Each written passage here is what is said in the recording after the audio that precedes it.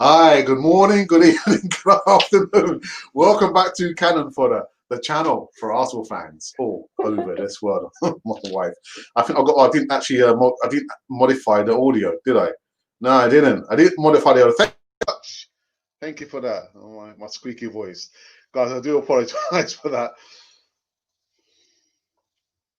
You didn't see that. You didn't see my wife, did you? No, you didn't. Welcome back to Cannon Fodder with my proper voice, the channel for Arsenal fans all over this world. Yeah, it's a Sunday morning, the first segment of the day. I've got a couple of one or two actually pre-recorded transfer news segments. Yes, back doing the transfer news every single day on Cannon Fodder TV. Yeah, guys, let's get into it. I shall see you on the other side. Actually, by the way, I'm hoping that Eltel, original father, is going to be joining me a little bit later on. So a little bit late. I've just sent him the link. So I know you guys absolutely love Eltel, but I'll see you on the other side of this music intro.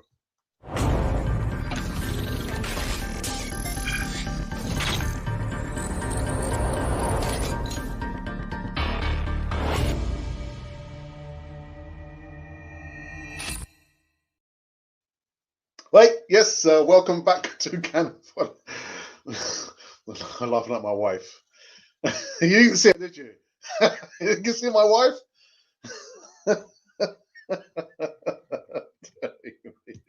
Oh dear, guys. Yeah, welcome back to Cannon Fodder, the channel for Arsenal fans all over this world. Yeah, my wife made a very quick appearance. I'm just wondering, maybe in this side now of 2021, you're probably going to see a lot more of my wife maybe featuring on Cannon Fodder TV. But anyway, guys, before I get into this one, make sure you subscribe and hit the bell notification button so you can receive all the latest news right here on this wonderful channel. And like I said, when we are done, there's some pre-recorded videos in regards to transfer news. I need to get back into the routine of doing like transfer news. God, dare me. Morning, Eltel. How are you, my friend? Yeah, morning, Al. Yeah, rocking and rolling, man. Great to see 3 wins on the trot, and the team have a bit of a breather now. I was thinking they did ask Tierney at the end of the game. They interviewed him. What's happened? What's different? And he said, nothing really. We've just carried on doing what we've been taught. And obviously, as I said in an earlier podcast, after the win at Man U 1-0, we definitely changed this 4 at the back. And like all good managers, he stays with it. Even if the results initially aren't working, that's the way he would have preferred Arsenal to play. So he made the change, and obviously they've done masses of work on it in training, and it's now that it's bearing fruition. The players are understanding it. If you keep changing, it's a famous washing machine, I think they call it. You start spinning around, trying different systems. And although you and I both quite rate Emery, towards the end he did try so many different things that it was never you couldn't carry on like that. And Arteta knows that.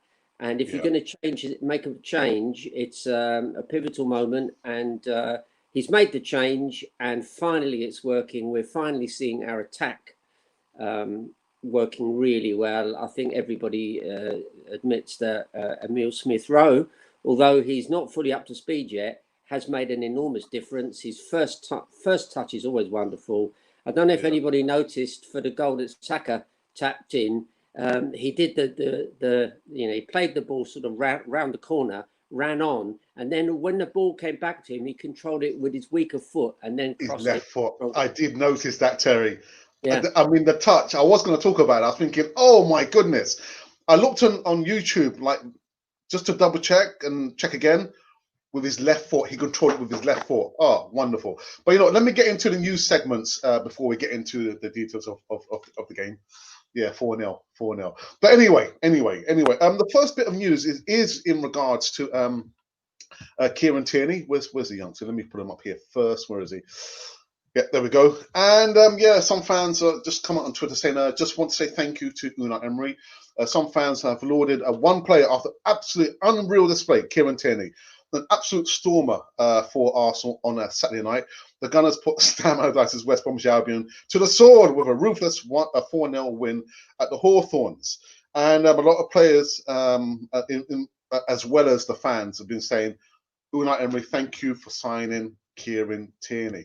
Surely, captain material. Short sleeves, no tights, no gloves, maybe a Tesco bag somewhere. Wonderful goal, Eltel. Yeah, Absolutely wonderful goal. God. You know, as everybody knows, I've watched Arsenal for a long time now, and even when we had some great left backs over the years, Kenny Sansom, and in the early stages of Ashley Cole's career, but I can't recall a better goal from a left back. Just going back through all the matches I've seen, he was just phenomenal. He did everything right and finished with his weaker foot.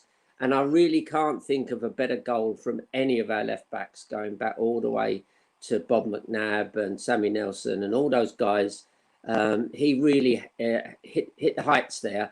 And there have been a few pictures online of little kids of 3 dressed like Tierney, holding back. So he's made that his stock in trade, the plastic bag. And I tell you, as a little funny sidelight, when Ainsley came on with those pantaloons, was it knickerbocker or something? I don't know what he was wearing.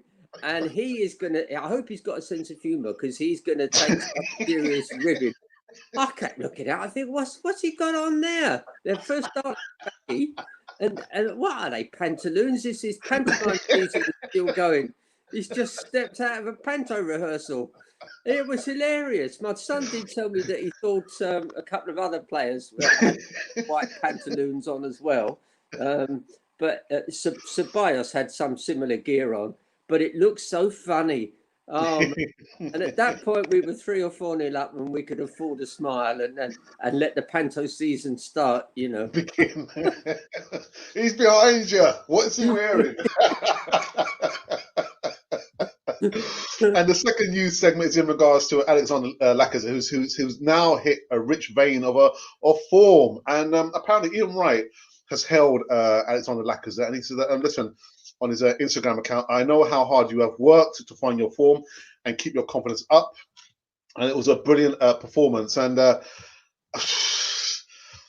what can I say, Eltel? Well, and a clean sheet as well yesterday. The slight worry I have is that Lacazette is currently negotiating a new contract, and we've seen this with Özil, we've seen it with Auba, and I'm a bit worried we're seeing it with Laka now, and maybe Rob Holding too, because he's negotiating a contract and he's playing brilliantly. People do. I don't think it's conscious; it's subconscious. They kind of give it that little bit extra. And then it drops off after the sort of contract is signed. And I was thinking, I don't know if you ever like this, but I always worked at full pelt, whatever job I was doing. It wasn't my dad said to me, if you work hard, you will have enough money to live. That was his motto, really. And so I've always worked hard and at full pelt. Otherwise, I wouldn't enjoy what I'm doing. But I do notice, I mean, everybody saw that terrible bit towards the end where I think Tierney passed it to Auba and it was a little bit behind him and he just gave up. And that's naughty. I spoke about that last night, Terry. I mean, he could have still run for the ball. I mean, the ball was going so slow out, but he just kind of gave up. And like he cut a real frustrated figure last night, didn't he? Well, maybe trying too hard as well. I think it's both. I mean, he's a player that relies on this thing called flow, FLOW. It's a psychological term, and it's where everything is working for you.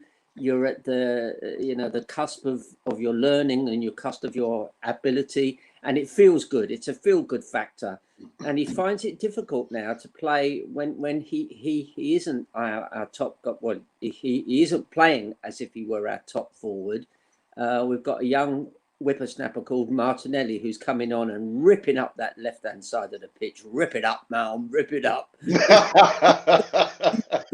He's ripping that up, and Auba's feeling a little bit, he sort of knows he's out of joint a bit, and he's got to cope with that, because all right, we've signed him into a contract, but we would, if we were to sell him at any point, we would get a hefty sum. As long as he stays fit. So he's got to learn that, it's not always honey and roses or whatever the phrase is. he's got to crack on with it and accept that he's got a player breathing down his neck who's playing wonderfully well, Martinelli. But yeah, I think we are as a club, if we've been selfish about it, in a good place because we've got Auba, who will surely come back into form at some point. We've got Martinelli that we have to nurse along because he's had this major injury. So between the two of them, I would keep them both in that left forward spot, you know. And I'm so pleased that Saka has been able to convert himself into. This guy's amazing. He started off at left back, then left wing back, then left midfield, then left winger. And his first couple of forays as a right winger didn't look too good, but now he's absolutely got it. And you know that lovely bit where he went past the two players, and then he centered it with his left his right foot. His right foot. His wrong foot. Now Pepe, £72 million down the line, he can't do that. He can't play with his weaker foot. Come on, guys. Most people watching this would have played football at least at school or maybe beyond that. And I was a right-footed right winger, but my God, I worked on my left foot for the most part of a year until I got it really good. And I knew I could take a corner with it, and I knew I could do long and short passes with it. I couldn't dribble with it, but I knew I could cross with it. Both along the ground, cutbacks, up in the air. I made my weaker foot okay. I made it okay. And some of our best wingers, going back to George Armstrong, I don't know if his daughter ever watches this, but I've got her on Twitter. She's a lovely girl, Jill Armstrong. You know, George Armstrong, a bit like George Best, was two-footed. Yeah. I believe when I watched George Best, who's the greatest player I've ever seen play, and that includes having seen Pele live at New York Cosmos in New York in 1976. But George Best, when I saw him play, I couldn't tell if he was left or right-footed. I really couldn't tell. He's one of the few players who could dribble with either foot. But there's no excuse for a top player not to be able to. And I mean, Kieran Tierney proved that. The ball came to his right foot, and he got it into the net. He didn't blast it; he placed it. Wonderful play. But no, there's a lesson for Pepe. Keep it simple. I mean, what Tierney did, he kept it simple. It was 1-on-1. He passed the ball past the defender. He checked back. Keep it simple. Don't try and take on 2, 3, 4 defenders on. Keep it nice and simple. But the lesson does lie in there. Again, you look at Saka, who didn't cost us anything because he came through the youth development. Pepe, £72 million. Where does he go from here? Hotel? I think we have to consider selling him. Yeah. I think we really do. And I doubt if we sell him in this transfer window. And I probably give him a few run-outs. But if he doesn't do it, then keep him fit. Hopefully he has a few decent games, and then consider maybe a deal or something whereby he's a make weight. I'd like to know who sanctioned his transfer. Was it Raul? And was that the end of Raul? Because he's anybody looking at him play for Arsenal know his substandard, and he didn't, as we've spoken about, he played more as an inside forward for Lille. So if we're not going to play him at inside forward, we aren't going to turn him into an inverted right winger, because he doesn't use his weaker foot except to stand on. So it's a shame, because he's one-on-one with the goalkeeper. He's probably our best player, and probably going into the sort of channels, as they call it, or the half spaces. I'm sorry to use this terminology, but it's not the centre forward space, and it's not the winger's space. It's the space between where the centre forward would be playing and the winger would be running into. And in those half spaces, he is absolutely dynamite. But you've got to get him in or around the penalty area, and he's got to only be beating one player. If you crowd him like any player, he can't go anywhere. Yeah, absolutely. So just a quick question about Aubameyang, because I know in the press conference, Arteta did say that he's not worried about Aubameyang's lack of goals, and he does say, I keep saying we can't keep putting all the weight on Auba's shoulders to score the goals. The Spanish tactician has went. We need contributions from the midfield to score the goals, and boy, are they scoring the goals. But do you think Auba's under more pressure now than he was before, because I'm thinking he needs to sit out a couple of games for me. He just cut a really frustrated figure out on the left. And look at Lacazette's goal, the second goal. It came off his knee. And with Auba, he can't score go for yeah. Well, all forwards run through these periods of bad form, and you either play your way out of it or you get back onto the training pitch and get back doing what you feel good at. He is an instinctive player. As I said, it's this psychological term called flow. He probably has no idea what that means, and neither should he. But it comes in education a lot, and it's the ability to bring all your skills and all your attributes and all your mental faculties into one sort of space and go with it, and it feels good, and that's how he kind of lives his sort of life. He has the gold Lamborghini, and he has the flash this and the flash that, and he needs to get back into that groove, and he isn't in that groove. One, because he signed his contract, and there is, as always, a natural drop in standards. Also, he's looking over his shoulder. Now he's got his mate Lacazette, who couldn't buy a goal a few weeks or months ago, and it's going in off his knee and off anything, And Auba's there. He doesn't like the snow. There's people coming on in pantaloons and all kinds of stuff. Another bloke carries his kit in a plastic bag, and there's a Brazilian kid who's running around him and scoring goals for fun. No wonder man. It's all a pantomime over here, isn't it? God, dearie me. How did you feel about Willian coming on for the last 15? Oh, 15... I loved it, and I did tweet somewhere like, oh my God, here he comes, smilers on,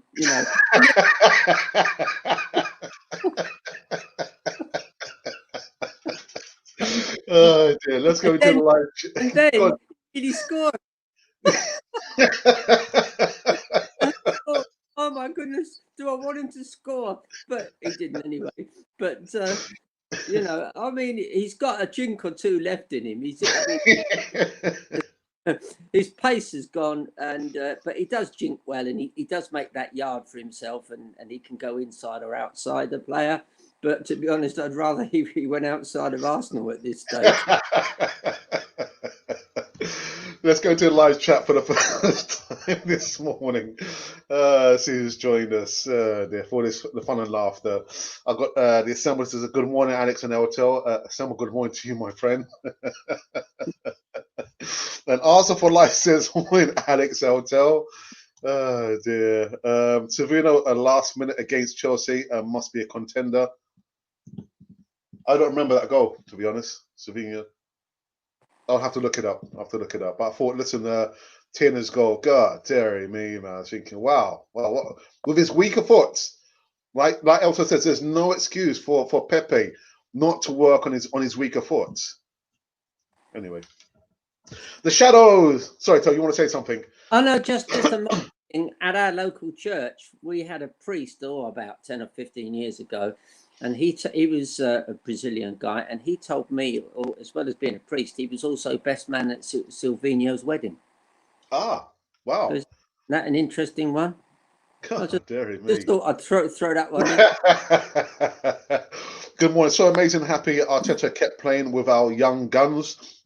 Seems also Lacazette is much better playing with them around him these last few games. Yeah, I just kind of get an impression with Lacazette. I mean, you might argue that he's trying to negotiate, a contract extension, but I just do get the impression with Lacazette, he lauds the fact that he's the main guy with these youngsters around, and it's working. It's working, and so long may it continue.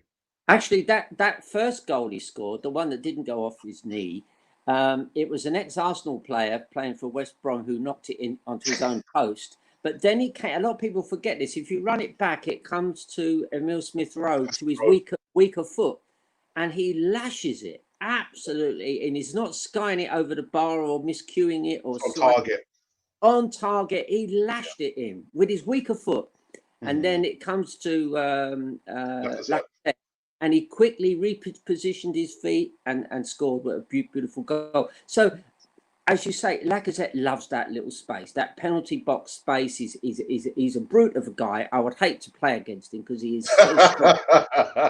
He is so strong. No centre back must relish playing against him because he's got a low centre of gravity.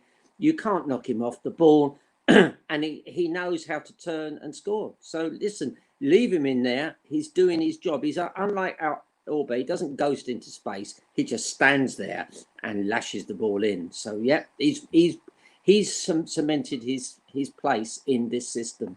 Yeah. Hi, Alex and Tel. I missed the game. It started at 4 a.m. here in Malaysia.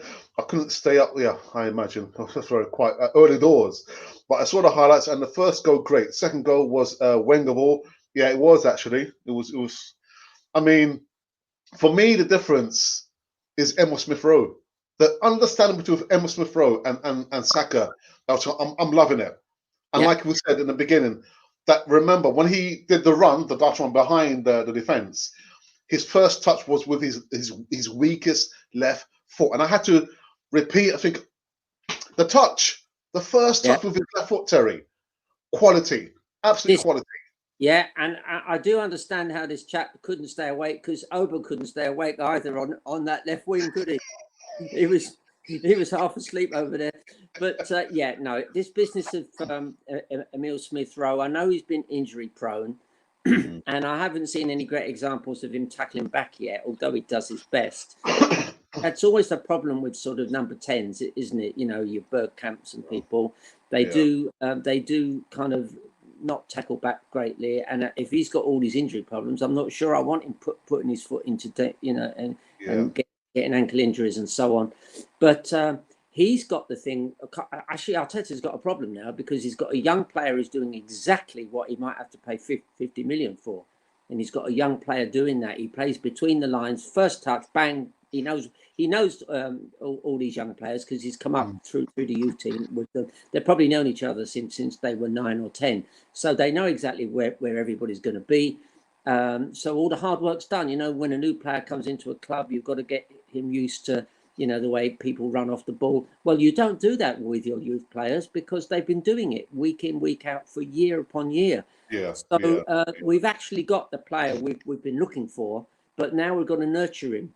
And I know Arteta's very much into that. He always emphasises that he doesn't want to throw the baby out with the bathwater. He doesn't want to throw out these sort of older players. He wants them to be around to settle in the young boys. And I suppose Arteta's biggest problem is who else does he have in the club apart from the guy that we don't mention that can play in that space. And I don't think Ozil, the man we must not mention, is I think it would be a disaster. I think he's poisonous. I think people might have seen a tweet he put out about, you know, how wonderful Arsenal are. And I thought, no, you don't do that. You don't do that. You're out of the club because you didn't try hard enough. Do not snipe from the sidelines. I thought that was a very bad form of him. If you're not being played, if you're not in the EPL list, then just go quietly. Don't make a big razzmatazz of the fact that we weren't happy with your work rate, you know. So I can't really think of anybody else that we've got that plays in that role. And we can't keep playing Emil Smith Rowe because of his injury problems. We have to be careful. So and the other worry is now that Kolasinac has gone back to try and rescue Schalke, who are playing very poorly apparently, and they're right down at the bottom of the Bundesliga. I think we've now got a problem of who do we play to give Tierney a break. Now maybe they'll play Cedric over there because he can play left back, or maybe they'll bring someone in. Yeah. Well, they were telling me last night on my personal reaction that Gabriel has played it a few times at left back.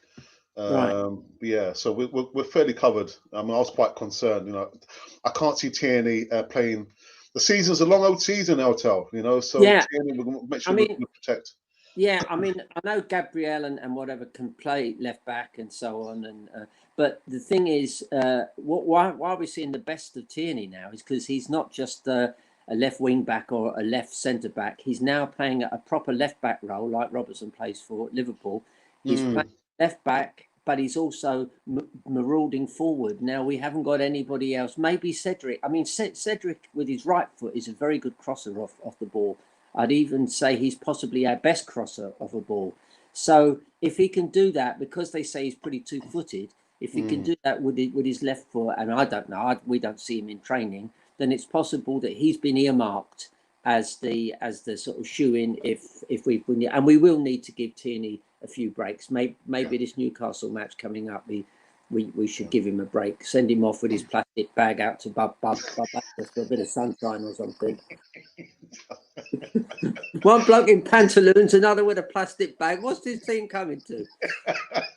It's a pantomime. But where is Suarez? Isn't it? Where is Cedric? Because after 3 games, we gave him like a 4-year deal, and now where is he? Well, I think he's got an old-fashioned haircut. They've sent him off to somewhere to get his barnet sorted out. That haircut of it is a bit evil, isn't it? I can't talk, I suppose, but man, for a young fella, he looks like Grandad with that haircut. Tori Hakim, good morning. Says, bro, Willian is back, and Arteta needs to keep him on the bench. Honestly, the young stars are giving us what we want and what we've been crying out for the longest time. But yeah, long may it continue. Long may it continue. Maggie says, Arsenal for life. Thanks. I try to stay up for most of the games, but sometimes it's hard to stay up and watch them. 4 a.m. I'm not sure if I could do that. Get up 4 a.m. to watch an Arsenal game. That's tough. Deary me, Malaysia. Well, anyway, 72 million we paid for Pepe, and we should have paid for Grealish. Well, yeah, I did say this, that I watched him carefully when we played Villa in the final. Was it 3 or 4 years ago? And I watched Grealish because he was just breaking through then, and obviously, as well as watching us play and hoping we'd win the final, I did watch him, and he looked a tasty player then, a good player. And I'm not a professional coach, so why wasn't somebody at Arsenal, one of our top coaches, saying, we are going to monitor this guy, and if he continues with that, I mean, he's a bit like Wilshere, isn't he? The ball stays very close to his foot. He runs through midfield. Unlike Wilshere, he doesn't walk into trouble. I mean, Wilshere was potentially one of our best players ever, but he made the terrible mistake of keeping the ball so tight to his feet and then running straight into 3 or 4 opposition players. And all they had to do, and I'm sure they didn't do it on purpose, but as soon as they missed time to tackle, they caught his ankle. And funnily enough, it seems to be in the game now that its ankle injuries are far more worrying. When I first started watching Arsenal, it was always cartilage injuries and knee problems and so on. But now, when you think of all your weight is pushed through the ankle and all the rotation is going through there as well, and I know at the end of his time, David O'Leary started to have real ankle problems. So it's a shame that we didn't watch him, because, as I say, any half interested observer like me spotted that he was a good player, and in the last 2 or 3 years he's just got better and better and better. There's no way they'll sell him. You really would have to be offering them a massive swap deal. That would be the only way, but they're unlikely to take Pepe. They're unlikely to take Aubameyang. So did I hear somewhere he's an Arsenal fan? Did I? He is. He's an Arsenal fan. Yeah. So I suppose you could look at the length of his contract, and when he gets within a year of it, start agitating and saying, we'd like to buy him off you. And try and do a swap deal or something, because you always get more, I think, from a player who supports the team than which is why Zaha would have been a good buy. I know Emery was desperate. It would have been hard to have Zaha, Saka, Xhaka and Laka. I mean, there's a Shawadi song in there somewhere. But Zaha, I don't know what age is he. Late 20s now. Late 20s. Yeah, he might be pushing it back the years now. But in his heyday, he would have been a lovely player, for us. Tori Hakim goes on to say, Laka is now a better player with the young players. He understands them better and contributes with them. I think Arteta needs to continue in this manner. Yeah, we said, I just get the impression with Laka, he lures the fact that he's the main guy, the senior player, the main striker. And I'm just thinking with it doesn't seem to be working with Laka and Auba on the pitch at the same time. I think Auba probably needs to sit out a couple of games and just sit from on the sidelines there. It doesn't do any. It wouldn't do him any harm. Wouldn't do him any harm. Arsenal for life goes on to say, it'll be a shame to sell Pepe, but if we do, I'll sell him for 35. If we can get 35 million pounds, if we can get 35 million pounds, I mean, I think for me, 15 million pounds is his ballpark figure. 72 million pounds. So they saw us coming, man. They saw us coming there. They saw us coming, and as we said, whoever negotiated that fee is probably not still with the club. I think. I think he's gone. You know, it's a crazy fee for a player who was good, but not in the way we're trying to play him. And either they go back and look at the Lille tapes and see what the guy's good at, or give it up and say, right, if we can get half what we paid for him, which is roughly your 35 million, and try and do a swap deal with somebody that was worth 50 million or something. I mean, it's a mess. I mean, apparently they have to go to Kroenke and get extra money off him, and all he did was extend the mortgage on the club. I mean, Kroenke won't put his hand into his pocket. No. He'll go to a bank and extend the mortgage by 5 years or something, you know. So at the end of the day, as James Rowe often says, you know, when you go look at the root of all our problems, it does unfortunately go all the way upstairs and all the way across the pond to an American who is not really committed to Arsenal. Garms Pooch says, how much better are we with Smith Rowe and Ceballos? Auba's form will return, but I just get the thing with Auba. I think he just needs to sit out a couple of games because he cut a real frustrated figure. He just couldn't score a goal, and he ended up trying too hard. And then, like you said, Otel, the pass behind him is. I was thinking, but Auba, you could have still run for the ball. Yeah, he was just freaking out for play. But yeah, I think Arteta just needs to identify. And actually, Otel, I said last night, maybe it could be the opportunity for him to put his arm around Auba and say, you know what, I know you're going through a tough time, but maybe it's time we took the armband away from you. You know, it's just not working out. So just focus on scoring goals rather than being the captain. I'm not sure. What do you think about that, Tel? No? Well, I don't like this thing of him throwing his arms up, and I've seen Mustafi do that every time a goal goes in. He looks around and throws his arms up at somebody. I don't like that. I regard that as immensely unprofessional. And, you know, and I've been in situations professionally, both performing as a musician and teaching, where your colleagues have done something glaringly wrong and caused all kinds of problems, say on stage or something, but you never react. You do not react, and you can talk about it afterwards. And reacting in front of all the supporters as if to say, well, look at the kind of pass this guy's giving me. We can see that. What we want to see is you making an effort, not throwing your arms up. And it's kind of, it's almost the biggest problem with a lot of these players is they haven't really grown up.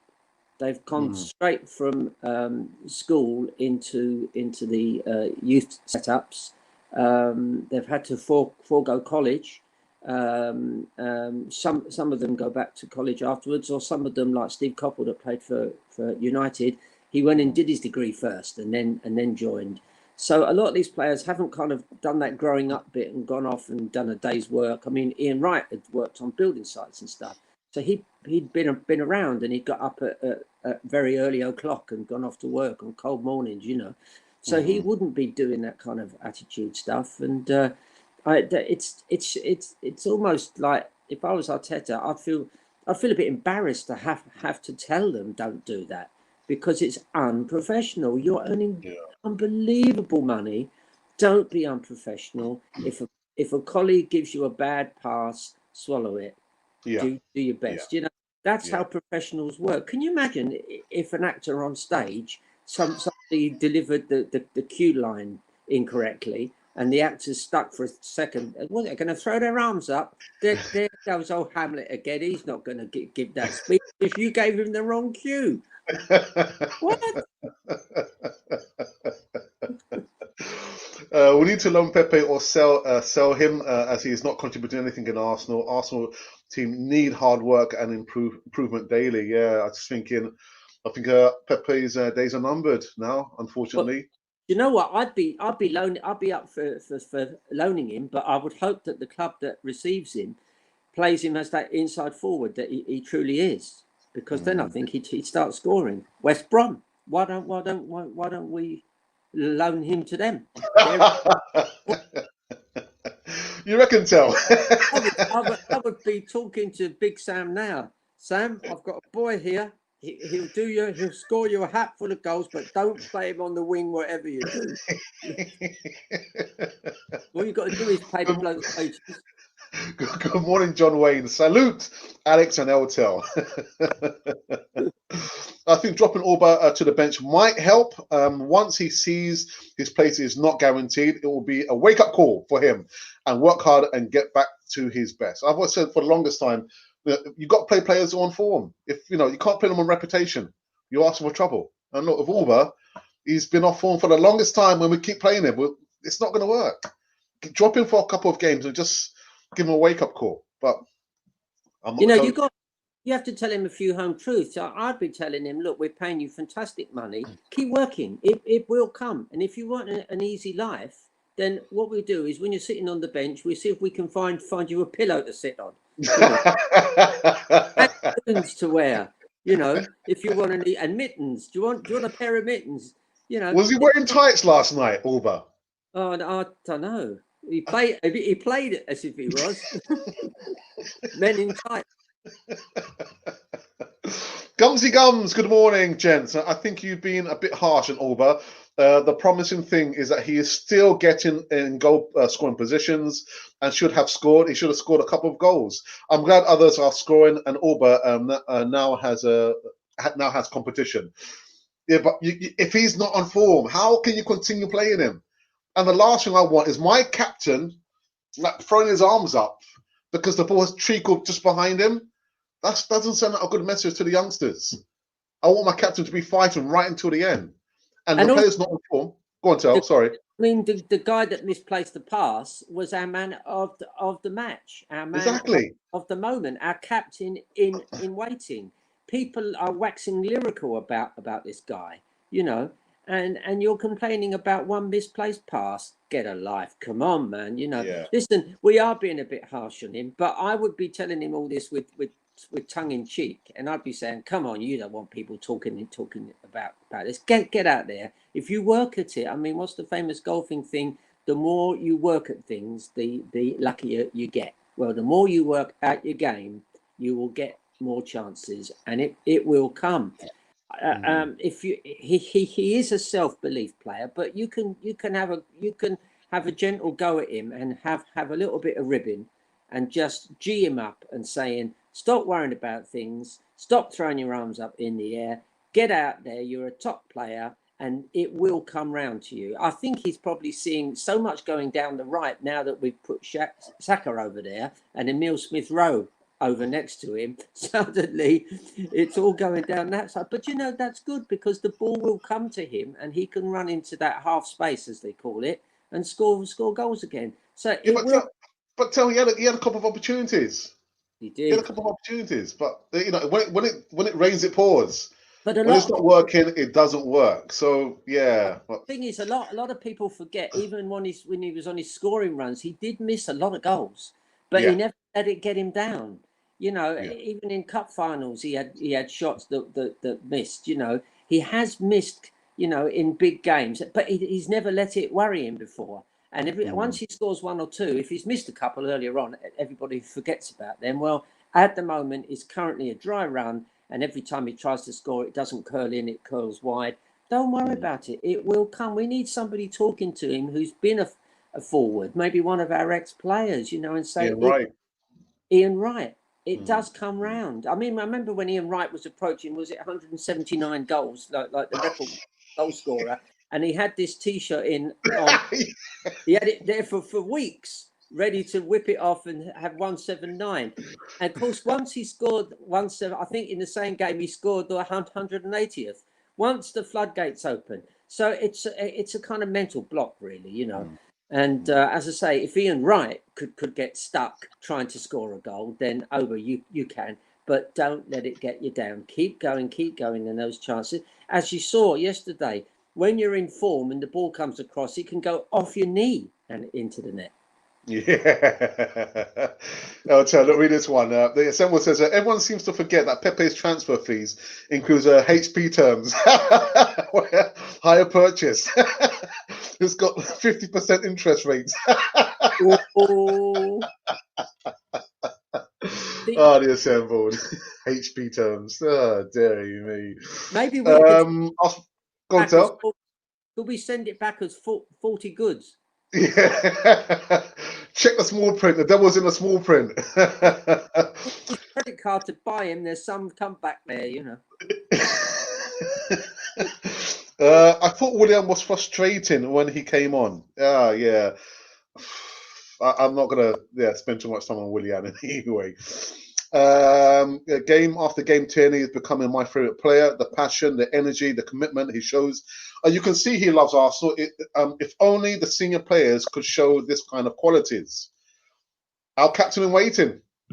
Take the arm down off for Auba. I think it's the opportune time now for Auba to have that conversation with Aubameyang. Just give the guy a break. He's got too many responsibilities on his shoulders. I've got to be the captain. I've got to be the main talisman. It's too much. It's too much for him. Yeah, he's a lovely player, but he struggled to pick up the FA Cup, didn't he? He was don't give him any more things to worry about. But no, I mean, de facto, the captain currently is Tierney. I like Gabriel, and I think when his English gets better, he could also be captain material. And over the years, our best captains have always been defenders or central midfielders. So, who knows? I wouldn't be making a big issue. We've got a big problem with captains over the last couple of years at Arsenal because we keep on. Do you remember the time when we had 5 captains or something? Do you remember we had Shaka, boom, whoever, and in a way, if you're having difficulty finding a captain, then you haven't really got a captain. So the captain should stand out like Tony Adams did. He stood out as a captain. Vieira, he stood out as a captain. And at the moment, the only player that really stands out is Tierney. But there are players coming through, as we say. Gabriel is definitely captain material. It maybe even Partey. Captain. We've forgotten about him, and I do worry that he's having trouble getting up to the pace of the EPL. Because he's never been injured before, and suddenly he's got thigh muscle trouble. So I hope to God that he does overcome that, because it is fast and it is furious, and it's the main difference between the EPL and Ligue 1 and La Liga and so on. So confidence is a wonderful thing, isn't it? Holding, I thought, had a good game. Actually, all the players had a good game, even Granit Xhaka. Granit Xhaka, I'm his biggest critic, but the players, I find it kind of difficult, really, to kind of choose a standout man of the match. But Saka, Tierney, Emma Smith-Rowe, Laka, but confidence trumps all. I did really worry when the snow started coming down and we'd gone 2-0 up, I think it was. And as a little aside, Arsenal aficionados may have heard of the match. I think it was against Sheffield Wednesday. Back in the late 60s or early 70s, and and the match was called off. And I'll tell you a little story. Myself and Alex were at the same school, albeit in different eras, and there was a guy a year or two below me who lived in just off Blackstock Road there, and his name was Jonathan, and Jonathan was mad on Arsenal. And my dad and I said, look, there's a match tonight. It was like a Tuesday evening. We'll go down and watch it and we'll pick you up. So we picked him up just off the Blackstock Road, and it was that exact match. And we were in the bit, there was a standing space along by the sort of dugout where all the sort of trainers and managers were. And the snow came down. So we had a good view of the halfway line and also of Bob Wilson in goal. And Jonathan was a bit younger than me, and he spent the whole game shouting. He was so excited to be at a match, and he was shouting away. I suppose he was about 11 or 12, maybe 13. And he's shouting away, and come on, Arsenal. I'm not sure he even knew we played in red and white. But he was shouting away. And anyway, about halfway through, must be the second half, the ref called off the match. Of course, Bob Wilson in goal didn't know. because it was like a snowstorm. You couldn't see your hand in front of your face. And Jonathan was shouting at Wilson, "It's all over, get off." And the players went off and forgot Wilson. So, and Wilson just carried on watching it through the snowstorm. And I remember Jonathan Crone going, "You can get off now," shouting. I think one of the players eventually came back out and told Wilson, "You can come off now," So Actually, I had trouble tracking the ball. Once the snow was falling, I was thinking, "Where's the ball?" I couldn't see the ball myself. But I was kind of worried that the game was going to get called off, to be honest. But yeah, I did hear them say they were concerned about the ball not rolling. Now, yeah. I've seen Arsenal play on pitches that were pure mud. I mean, pitches now are like a carpet. A famous line is that in the days when pitches were like mud, and Arsenal and all footballers played in what looked like boots, which is why they call them football boots. Nowadays they play on carpet and play in slippers. And I can remember especially around about Easter time, the pitch used to cut up, having had very little growth over the winter, and then the rains of spring. And I remember a match against West Brom, I think it was as well. And a little forward we had called George Johnston shot the ball towards the goal, and it stuck in the mud about a yard out of the West Brom goal. So we used to play on real, muddy, pancakey, chocolatey looking pitches, Wow. and the ball wouldn't roll on those pitches. So in fact, there's some quite well-known footage of Charlie George scoring a goal in the lead up to the 71 final. We played at Man City, I think, in the 6th round, and he ran through a quagmire. That the ball was sticking at every second step, and he kept going. Those were strong guys. And some of those players in that double team didn't miss a match. Wow, goodness. Here's one. Manchester Society says, "It's only West Brom. Calm down." Is it the same West Brom who held Liverpool to a draw? That's what was worrying me. I thought if they can go to Anfield and get a draw, albeit people say not totally undeserved because they set up with like a low block and Liverpool couldn't break them down, and I thought, my goodness, what? And then of course they lost at home. Was it Villa? No, Villa. Leeds beat them at home. Oh yeah, 5-0. Yeah.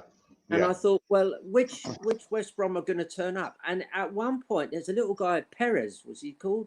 And he looked quite a tasty little player. Yeah. He was like Willian in his prime. He was darting here and darting there. He had good close control. He was bringing players into the game. And I was worried about him. I thought, this guy, if they get a lucky goal, then we might be in trouble, So yes, in the end, West Brom looked a very sorry team, and I think Big Sam apparently he's often been asked to take over a team that's threatened with relegation, and he's always managed to get them out of trouble. But they reckon this time it might be going wrong, that he might have a team of players who aren't going to dig him out of this. I'm not sure, even if he had limitless sums of money, which he doesn't. I can't see West Brom getting out of this. They really didn't try it after the second goal went in. Yeah, they're in the mire, and actually a clean sheet as well. So 4-0. Yeah, 4-0. Yeah, great. I mean, we didn't have a lot to cope with apart from Perez, who was good. But yeah, it's good, good, and it means the defence. You see, I've often said this: defending is all about rigour and drill and knowing where you're supposed to be. Which is why some of our best defences didn't have our best players in. We had Nigel Winterburn, not our very best left back. We had Dixon, not our very best right back, and Stevie Bold, not our very best centre back. But you put them all together with George Graham's training, constant training, drill, drill, drill. This is where you have to be. This is how you have to move. He had the famous line, I don't know if people have heard of it. He said to the two fullbacks, "I want you to imagine you're tied by a piece of string. And when the plane moves out and that way, then the right back pulls into more into the middle of the pitch, and vice versa." And those are all good training techniques. Keep it simple, which bringing it back to Arteta. Arteta's doing, as Tierney said, he hasn't changed it for quite a few matches. He's decided he's going for this 4 at the back, which seems to suit us well and certainly suits Tierney. So he's in the face of some pretty disastrous results, one after the other. our manager has said, I'm not going to go into the washing machine and spinning round and trying different things. I'm going to stick to this system, and it'll either work or finish me. And I'm hoping we're still not out of the woods yet, but we've certainly gone a long way to it working. And we can step aside and not have to worry about the EPL now for a week or two. Get involved against Newcastle at home. I'm sure he'll rotate the squad, and then pick up and run. And do you know what? I hesitate to say it, but a few more wins, and we will look in a very good position in the table. Yeah, because I think was it 6 points or 3 points just off the top? 6 points above European places, I think. Yeah. 6 points below European places. So you can see with this funny, it's really strange at the moment. I think it's because there aren't crowds there. You're getting these strange score lines. Instead of the crowd, I mean, as I say, I knew a few of the players, and they did say that the crowd affected them. And if you went away and the crowd were baying for your blood, and they could hear up board F's and blinds and hope you break your leg type comments, which crowds do shout, you know. And I've been told by some of the players that they do hear that, and they try and dismiss it, but it must affect them. And of course, we haven't got that now. We've got no crowds there. We've got this fake noise if you're watching it on TV. But so it's throwing up some strange scores. And if we can put a run in the league of 3-4 more winning games, then the whole thing changes, you know. Dare I say our neighbours in N17 are still up there. So let's overtake them as our first goal anyway. Yeah. So here's an interesting one from Des McLeod, who says, one out and Altel, could you guys do a video on your Arsenal best 11 of all time? Would be interesting what you come up with. I think actually that we could actually do that, you know. So we can put our heads together and we can come up with something. Mate, it wouldn't be. But anyway, we'll consult something else, Altel. Yeah, okay. Do like a pre-recorded one, so we can actually I can put all the graphics up. But definitely, I've got quite a few in mind, to say the least. Let's have a look here. Same West Brom that drew with Liverpool, Man City, and Tottenham. So you can't say it's only West Brom. Yeah, I mean the Premier League does throw up some strange results, and I think that is a brilliant comment. That's a brilliant comment. They drew with these teams. Yeah, I did. Yeah, Man City as well. Yeah, brilliant comment. Only West Brom. I kid you not. Anyway, actually, power to the Gooners. Hey up. Have you ever watched that Citizen Smith? Oh, years ago. Yeah. Robert Lindsay. Oh, wonderful. And he was a Fulham supporter, wasn't he? Was he? Yeah, it's Fulham support in the series. They don't make them like they used to. Anyway, I was telling a friend of mine in Ireland who's a big Gaelic game supporter, very good friend of mine, and he said, "What's it like when you follow the Arsenal?" I said, "Well, when we played Fulham, a lot of the people," and he loved this story. He said, "Oh, I'd love to do this." I said, "We used to get the tube down to Westminster Pier or any of the piers along there, and you can get one of the pleasure boats along the Thames." And instead of going towards Greenwich, you can get it going towards Chelsea Harbour. You can have a couple of beers on board, go to Craven Cottage, see a game, and then maybe get a few beers coming back or go along the King's Road. And he said, "Man, I'd love to be over there and enjoying that kind of lifestyle, especially if you're playing them in August and you've got the summer weather, you know." Yeah. So, and a lot of people I knew as a kid growing up, once we got into our teens and our parents allowed us out and about, we used to go and watch matches that weren't necessarily Arsenal. If Arsenal were playing away, we'd go and watch QPR or Fulham or Palace or somebody. Not really Spurs, but West Ham. My son has been to West Ham a few times, and he's not a West Ham supporter, but he's been to the sort of new stadium there, the Olympic Stadium. And he goes with his mates. I think most of them are Arsenal supporters, but it's a heck of a lot cheaper to get in to see West Ham play. And he told me it's great, and the stadium's lovely, the seats are lovely, and you see a game of football without worrying about who's going to win. So that's the advantage of living in a city where you've got lots of different clubs to go and see. Jonathan Brown, good morning, says with Partey and Ceballos and Smith Rowe just in front, we could have that for next 5 years. Great times ahead, yeah. But again, it's gonna fall on Arteta to try and keep the core of those players there, not rotate so much. I thought Ceballos had a good game yesterday. As soon as the snow came down, I thought he might be falling all over the place. But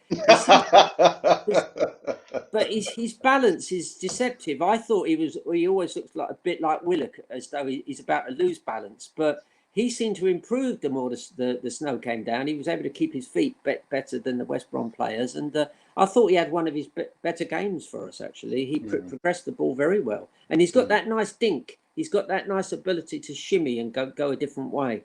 Good player. I think a lot of the injuries happening are due to the football boots design. They don't really protect your feet.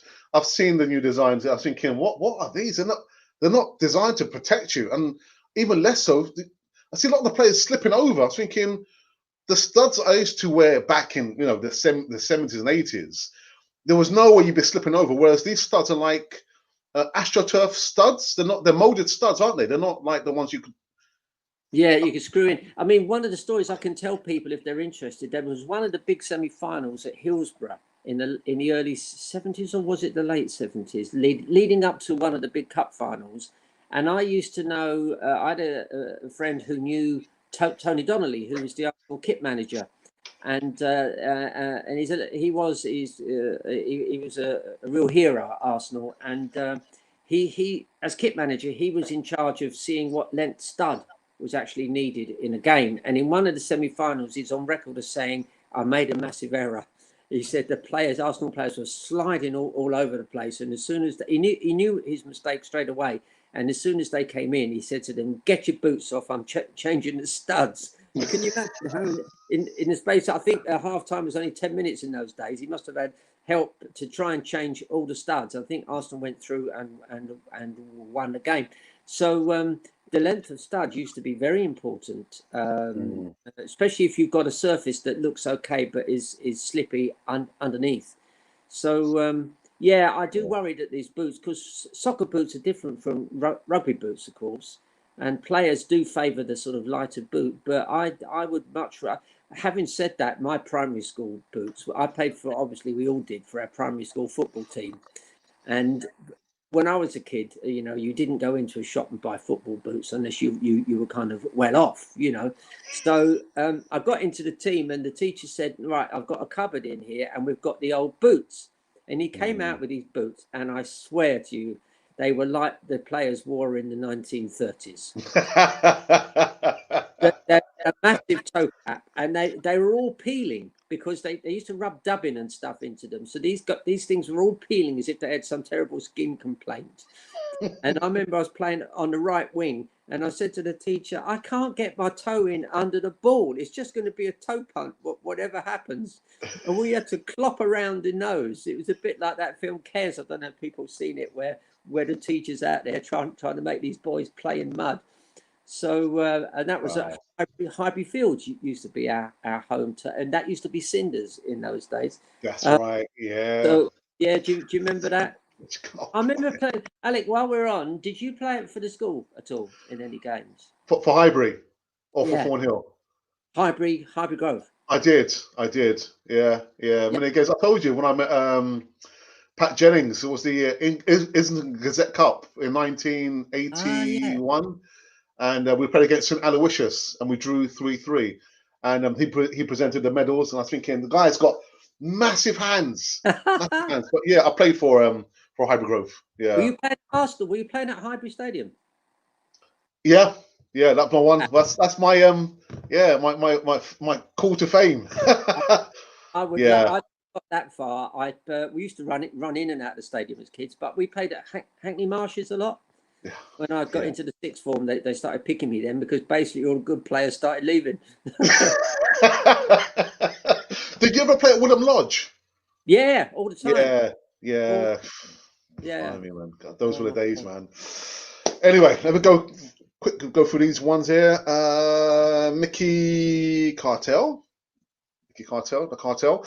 That says we should start monitoring Eze Eberici from Crystal Palace. He will be the next Wilfried Zaha. I think I did a couple of videos last year. I saw his goal yesterday. Was it? It was, and he ran the whole length of the pitch, went past player after player after player, And absolutely, this is what we're saying. You've got a player like that now, a young player. Monitor him. It might be a one-off, but it might not be. Monitor him while he's. I mean, he's relatively well known now because of that. But you might put in a cheeky bid. If he really is good, you might say, well, look, we'll give you Pepe plus cash or something. You know, get the. There are players out there that, you know, like Ian Wright proved, that are in the lower leagues that are good enough.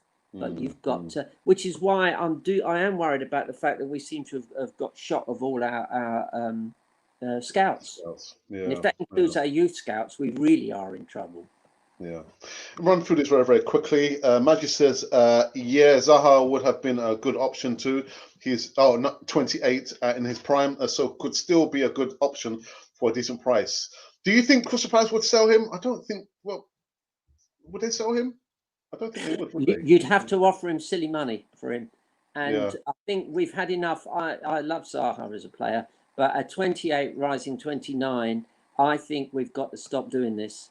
You know, we've got to, I think Arteta does look to the future. I was going to say this, you know, in most jobs that I've done, you have to present your line manager or your boss with a long-term plan and a medium-term plan, and then a monthly and weekly plan.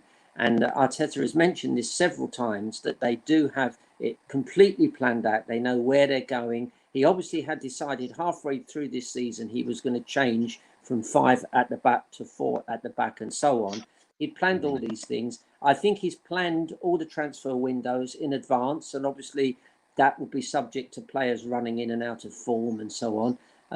But I think if you're going to have a plan now, buying players that are going to be 29 soon, and then 30 is probably not the way to go. Sadly. I mean, Wenger seemed to do very well in buying players like Thierry Henry and Vieira that had struggled in when they first played for an Italian club. They'd sort of struggled a bit, and then he still got them when they were 20, 21. You know, that's the kind of age that you should be looking at. And but also, didn't he have the policy as well that once the player reached the age of 30, he'd only offer them like a 1-year extension? Yeah. So, and also let's be honest. You know, people like Auba, you know, they are rich already. By the time they're 28, 29, they are rich beyond the wildest dreams of any of us who watched the game virtually. So if they start getting greedy, I would have a contract that means I can sell them, you know, and they're only going to have a year or two left in at the top level, most players, unlike Vardy, of course, who seems to keep going, but he's not quite as old as people say. I think he's 33, but he's very lightly built, and the team's built around him and so on. But he's the exception, and maybe Auba is too. But I think I've had enough of our club being held to ransom by these guys. And if they're really going to push it and want too much money, I'd say, well, Arsenal isn't the club for you. So I do hope Rob Holding, for instance, I hope he's sensible. He knows there are limitations to his game, mostly based on pace. And other than that, he looks a cracking defender. And I hope he's sensible and says, look, I'll settle for a certain amount of money that isn't going to break the bank. And then it's still going to be richer than any of us ever will be. So these greedy boys can go away, because it means their focus is in the wrong place. So Arsenal, please get somebody in that negotiates contracts that loves Arsenal and can say to a player who's pushing it too hard, look, you are with one of the best clubs in the world. And if you're going to keep pushing this money figure up and up and up, then we are going to think about selling you. But you can't do that in the last year of the player's contract. You've got to do it a year before. Bring back Mr. Dein. Yeah, I can see that. I mean, David, as I say, was the guy that turned Arsenal from a fairly good team into a world beater, really. I actually remember winning the World Club Championship once after one of the doubles, I think it was. But David Dein. I mean, I don't know if his son has got this. I know his son is an agent, but I would certainly be on the blower on the phone to David Dein and saying, look, can you offer something? or do you know somebody? You need somebody who's good at negotiating, and that was David Dean's job. I think was he a diamond dealer or something like that? I don't know. But I mean, he's a guy used to pulling deals off, but he had Arsenal at heart, and that's a perfect combination. It's a skill to pull deals off. It's a real skill, and we obviously didn't have anybody in place because playing 72 million for Pepe. Even when you watch the best footage of him at Lille, he wasn't worth more than about 35 million, and that's would be if we get that for him then.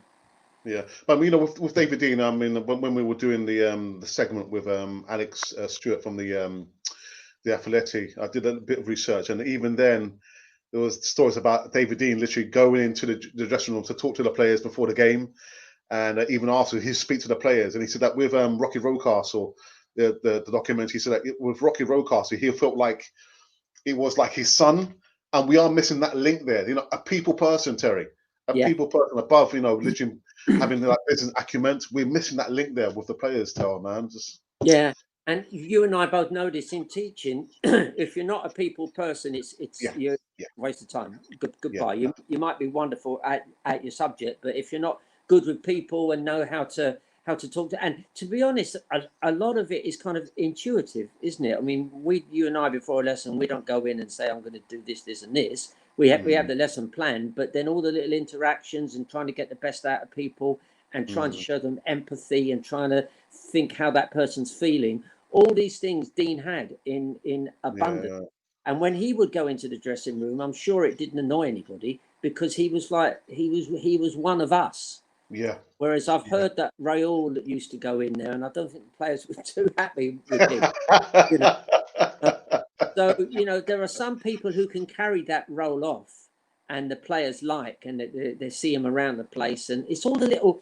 I often say to people, it's all the little chit chats you have, not just in the formal classroom situation, but it's the meeting in the playground, the little chat here and there. All those things are important to establish your credentials as somebody that people can sort of trust and believe in, And of course, if you're doing deals, you have to have a certain manner that is both professional, but also if you're trying to do a deal for a player, you can't make the guy you're dealing with your enemy.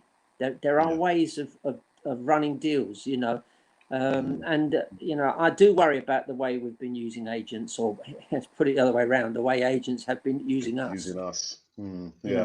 So here's a good one. Do you think that all the fans will get behind the manager now? I hope so because now that we're on a 3-game unbeaten run, I've just noticed that the negativity in the live chat has kind of subsided somewhat. Arteta out, so there's not any here that I can see.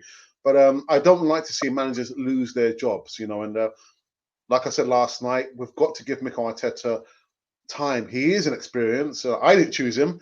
The board employed him, but whilst he's here, we've got to support him and give him time, and of course, time to bring the players that he wants. But I think that the board will support him because any other option is incredibly expensive. If you get in a top manager, you're going to have to pay a lot more money than you're paying Arteta. You'll also have to give the new manager a transfer kitty. Which they won't want to do. So you won't get the top managers, guaranteed. No top manager is going to touch us.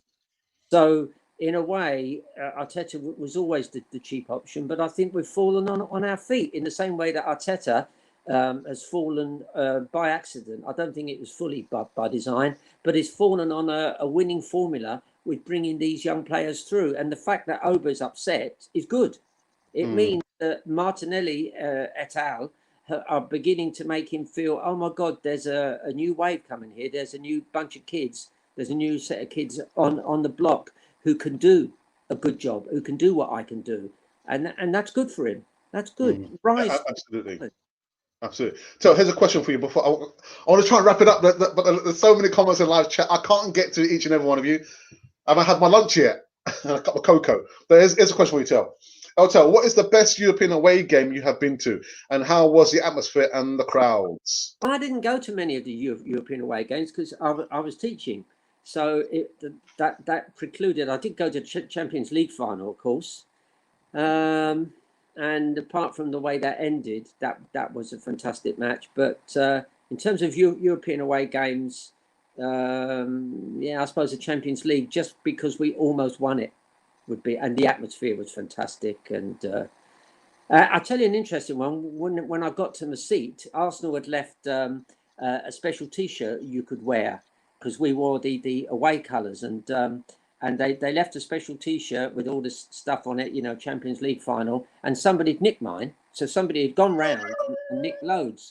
So I was a bit miffed at that, more miffed at Arsenal losing. But I did write to the club, and they did send me a spare pack, and I've passed that on to my two boys now. So so that was a fantastic game, and I remember there being lightning about halfway through the second half, and shortly after that, Thierry. And it was lashing rain. Thierry Henry ran onto the ball, and he just couldn't quite make it. If he'd have scored at that point, then we would have been 2-0 up. So it's by fine margins you win these things. But in finals you cannot go down to 10 men. Yeah. And I was texting my wife, "How's it going?" And I said, "Well, we've just lost our goalkeeper." And she says, "But you're 1-0 up." And I said, "But we've got most of the match to play." So, and I think that's why Arteta took off Bellerin yesterday, because he'd already had a booking. The golden rule in finals is don't go down to 10 men, or semi-finals. Yeah. In fact, most matches, I'm sure they've spoken about that in the dressing room, because we've had far too many sendings off. Guys, we've come to an end. On a Sunday morning. Yes, 12 minutes after midday over here in the UK. And Tel, it's been a pleasure to have you. Listen, Tel is going to be back with me again tomorrow morning. It might be the last morning segment I'll do for a while. I've got a placement I start on Tuesday. You guys will be happy to hear. Again, I do apologize not being able to get to all the comments in the live chat, but thank you for tuning. I saw the numbers just creep just under 200 at any one time for this live segment. In regards to the requests for both Terry and myself to do like the our best Arsenal 11 of all time, definitely we'll be talking about that at some stage. And I think what was the other request they wanted us to do? There was that and something else they wanted us to do. Oh no, I can't remember now. I thought it was just. I need to go back and check it out. But definitely, that's something we'll be talking about, doing our best Arsenal 11 tells, and mine as well. But guys, make sure you subscribe to Cannon 40 TV. There's going to be some other pre-recorded transfer videos coming straight after this one here. Make sure you subscribe to Cannon 40 TV. Hit the bell notification button so you can receive all the latest news right here on Cannon 40 TV. Apart from that, I'm going to bid Eltel a wonderful Sunday afternoon. What are you going to do? What are you going to do later on? I'm going to go for a run around the park, or possibly a walk rather than a run at this stage. Right, okay. Likewise, I'm going to have a good old walk around Bethune Park, or maybe Arnos Grove. But yeah. But anyway, say again. That's all you can do with this tier 4 or tier 5 or whatever they call it. Walk around the park. Not about to go partying anyway.